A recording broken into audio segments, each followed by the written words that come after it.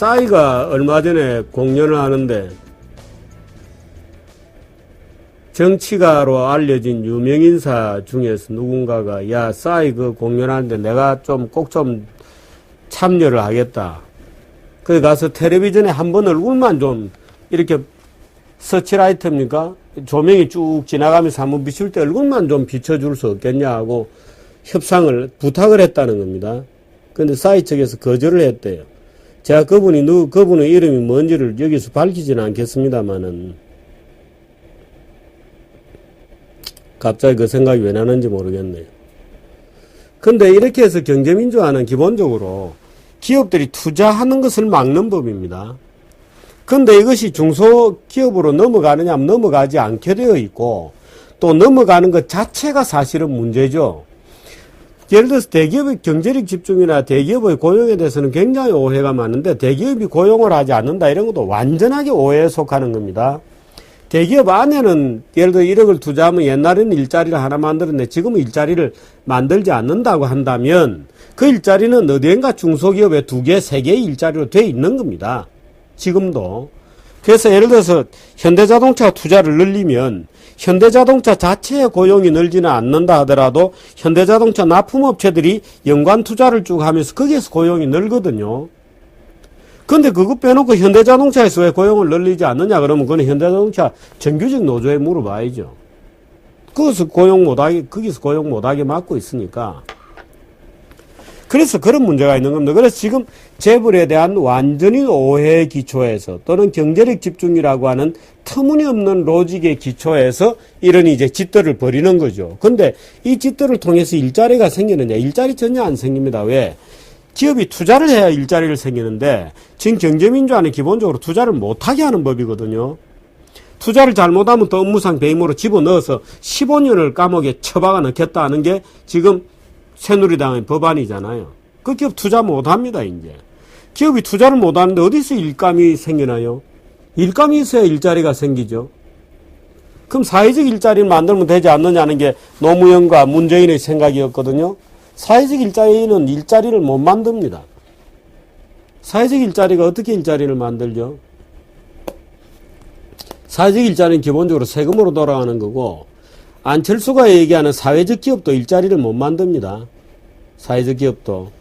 안철수 후보는 지금 예를 들어서 일자리를 만들기 위해서 무슨 뭐 청년 재기 펀드를 만들어서 2조짜리 펀드를 만들어서 청년들이 벤처 비즈니스 하다가 망하면 그 돈으로 일정액을 배상해 주겠다 이렇게 주장을 하고 있는데 얼마를 배상해 줄지 어떤 프로세스를 거쳐서 배상해 줄지 모르겠는데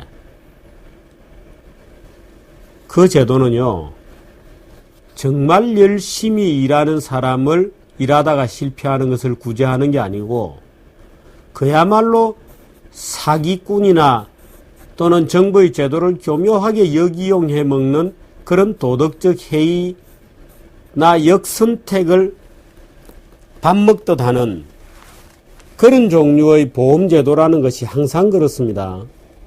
선의의 피해자를 막는 게 아니고 악의 역선택자들에게 돈을 퍼주고 도덕적 해이를 만연시키게 되죠. 그렇게 되면 오히려 벤처계가 죽어버리는 겁니다. 예를 들어서 리스크를 테이크했을 때 하이 리턴이 있는 거죠. 리스크를 적당히 얼버무려서 펀드로 리스크를 막아주겠다는 것 자체가 말하자면 그런 구조하에서는 정말 치열하고 밤샘해서 목숨을 거는 벤처인이 잘 안 나오게 되어 있는 겁니다. 근데 경제민주화가 그래서 결국에는 뭐냐? 제가 규정한 것은 경제적 자살이다. 이거는 한국인들에게 자본주의 시장경제라는 게 원래 잘 안 맞았는데 박정희라는 사람이 독재로 찍어 눌러가지고 억지로 해서 여기까지 왔는데 거의 싫은 겁니다. 이제 부자들이 나오는 게 싫은 겁니다. 부자들이 나오는 게. 그래서 다시 농촌 공동체적 말하자면 윤리세계 일부 도덕군자가 예를 들어서 제사상에 이걸 놔라 저걸 놔라 주작자들이 뭐 부모 죽고 나서 뭐 상복은 어떻게 입는 게 좋다 하고 복잡한 규정을 만들어서 쌍놈들은 도저히 그걸 흉내낼 수도 없는 겁니다.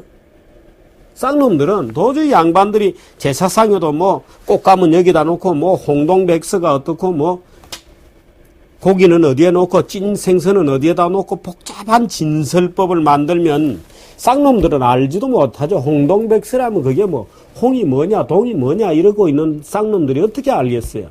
그래서 그 아주 복잡한 규정을 만들어서 거의 우리 생활의 모든 것을 범죄로 만들어 놓는 겁니다. 잘못하는 거로. 아이고 이것도 잘못했고 아이고 부모 죽고 나서 상복을 무슨 색깔 입느냐 아이고 내가 이것도 예의에 안 맞는 걸 했구나 하고 겁주고 공갈치고 해서 양반의 지배체제를 만든 게 주자학의 막판 그 발부둥이거든요. 지금 이제 그거 하는 겁니다. 하도급법은 요렇게 하고 중소기업 관련은 요렇게 얘기하고 중소기업 적합업종 만들어서 적합업종 안 낸다는 건 며칠 전에 우리 오영규 의원이 했죠.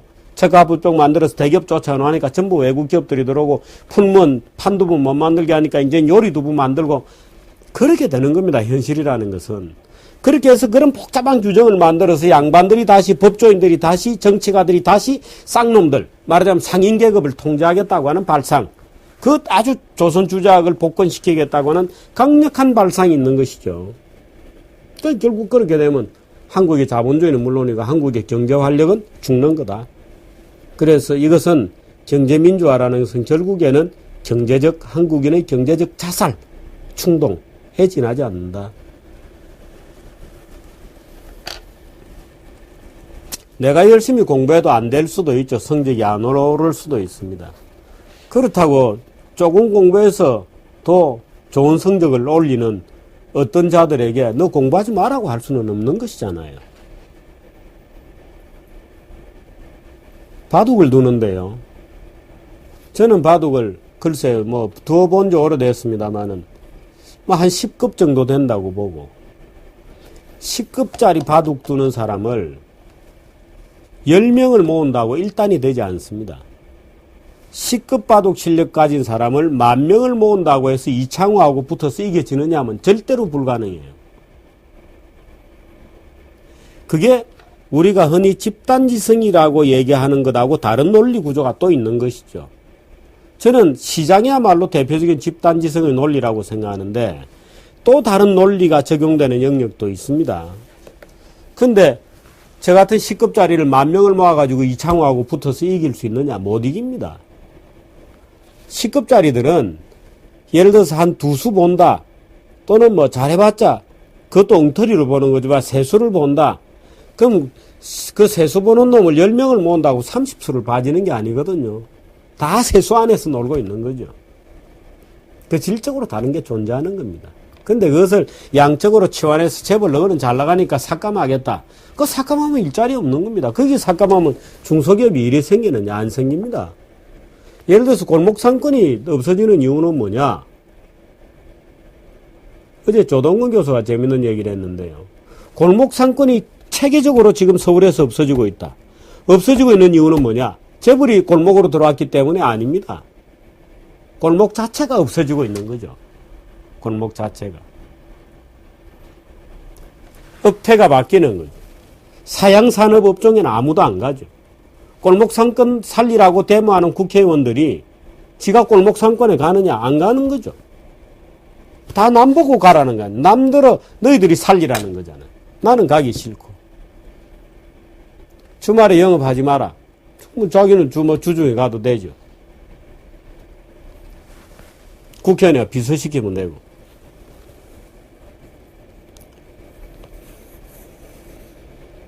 경제적 평등이 달성될 것이냐. 경제민주화하면 중국에 갔던 일자리가 한국에 돌아오는가?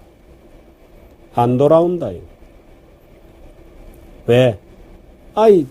선도 앞에서 끌고 나가는 기업들이 투자를 못 하는데, 투자를 못하면 일감 자체가 안 생깁니다. 일감이 안 생기는데 어떻게 일자리가 생기나요? 사회적 일자리 내가 얘기 드릴까요? 예를 들어서 어떤 회사가 있어요. 실제로 이 회사가 사회적 기업을 하나 만들었어요. 사회적 기업을 만들어서 뭐 하느냐? 청소 용역을 합니다. 그 회사에. 우리나라에서 아주 대성공적인 사례라고 소개되고 있는 회사예요. 이 회사는. 그렇게 해서 어떤 대기업에 노령자도 채용하고 사회적 기업을 하나 만들었어요. 이 기업에 예를 들어 A라는 회사가 있다고 하죠. 이 A 회사의 청소 용역을 이 사회적 기업이 받았어요.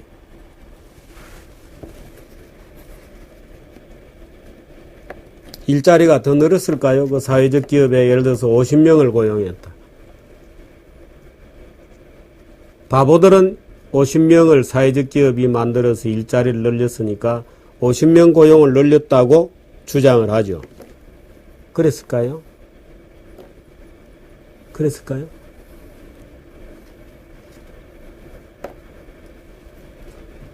우리 김 PD야 사실 제가 이렇게 물어보지만 잘 압니다. 잘 아시는 분이고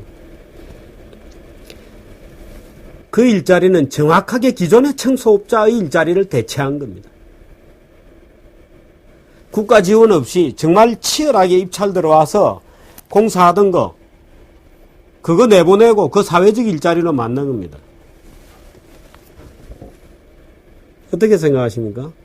사회적 일자리가 일자리를 만들었나요? 아마 근무 여건은 더 나쁠걸요. 시장 일자리보다. 시장 일자리보다 사회적 일자리가 근무 여건이 훨씬 나쁠 겁니다. 그 실제로 이 A라는 회사의 기존의 청소업자들은 다 계약 해지당했습니다. 사회적 일자리 줘야 되니까. 정부에서 하라 그러잖아요. 야, 너 기업 사회적 일자리 몇 개 만들었는지 갖고 와봐. 한 부랴부랴 사회적 일자리 기업 만들고 거기에다가 청소 용역 떼주고 기존의 민간 베이스에 정말 자발적으로 시장에서 자율적으로 자기 책임하에 기업을 끌어서 그 기업에 와서 열심히 청소 용역하던 회사는 쫓겨났죠. 일자리가 생기나요? 멍충이들 아닙니까? 이 바보들. 홍익 때 청소 용역 가지고 굉장히 말이 많았잖아요. 그 여러 바보들이 거기 또 붙어가지고 물론 청소 용역 하시는 분들이 힘들죠. 박한 임금에 시달리죠. 박한 임금에 시달립니다. 힘듭니다. 그러면 청소 용역 같은 것을 어떻게 해결했으면 좋겠습니까?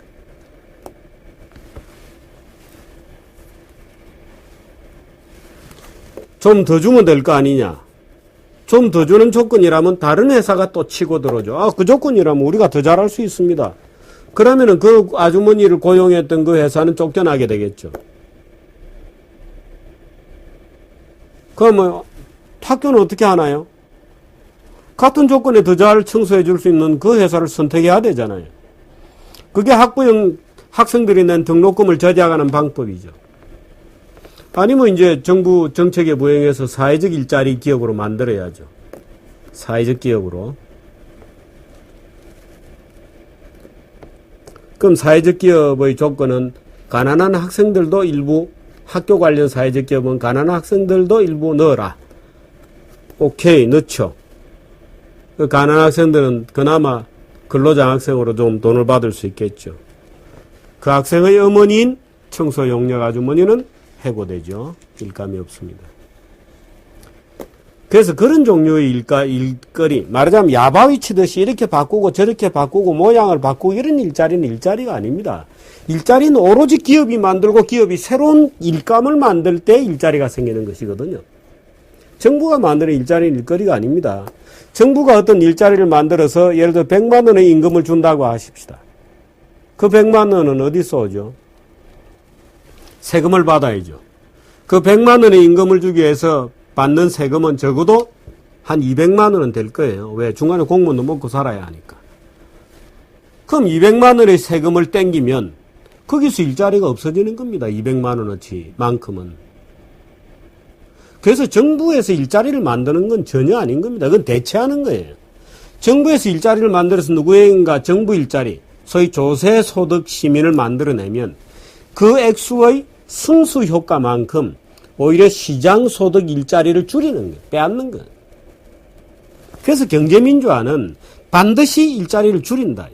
일자리 꿈은 깨는 것이 좋겠다. 그래서 경제적 자살이다, 이게.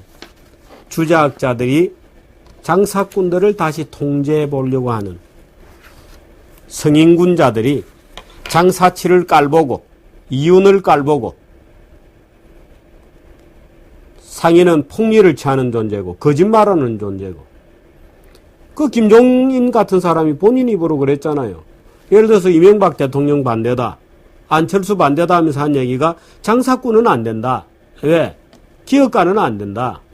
기업가는 공적 개념이 없고 기업가는 사기만 친다. 이렇게 얘기했거든요. 그 김종인 같은 사람들의 머릿속에 기업활동이라는 것은 곧 사기치는 것이다라고 돼 있는 거죠.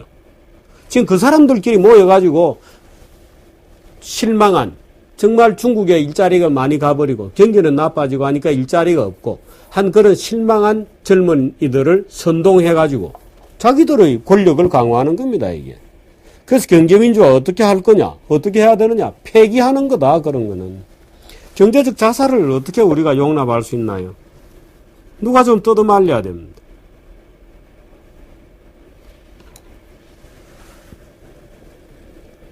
경제적 자살이다.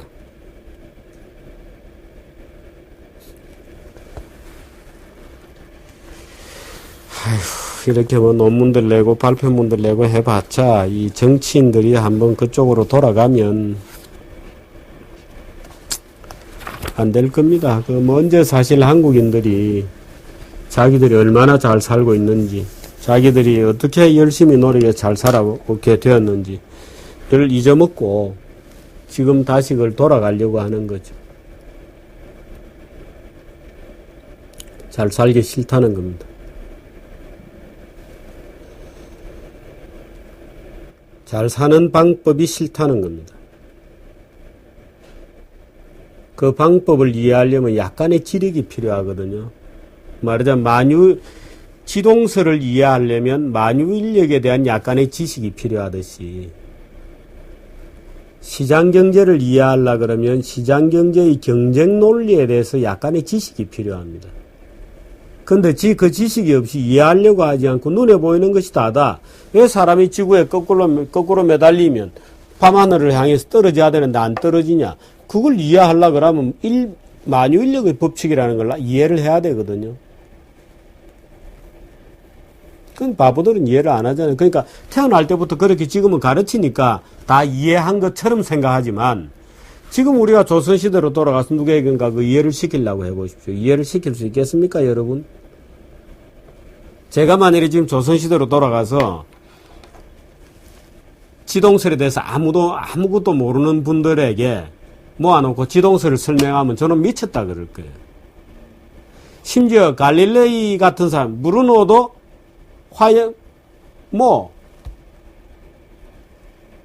미쳤다 그랬잖아요. 그러면서 갈릴레이 같은 사람도 재판받고 나오면서 그래도 지구는 돈다, 이 밥통들아, 이러고 나온 거 아니에요. 그리고도 한참 지나서 만유인력이라는 것이 나오고 나서 그 다음에 비로소 일반 대중들까지 그걸 인정하게 된 거죠. 그 굉장한 시간이 걸렸잖아요. 그런 얘기를 이 경제민주화 얘기는 계속해서 몇 편 앞으로 이 강론으로 좀 해야 되는데 제가 요즘 자꾸 뭐 일이 몰려가지고 이 강론으로 지금 좀 못 들어가고 있습니다. 경제민주화는 경제적 자살이요, 산업공상의 질서를 복구하려고 하는 소위 주자학자들의 계급투쟁이다. 지배력을 확보하려고 하는 소위 양방계급들의 투쟁일 뿐이지 일자리를 만들고 경제를 활력 있게 하고 공정하게 하는 것이 아니다 하는 점에 대해서 말씀드립니다.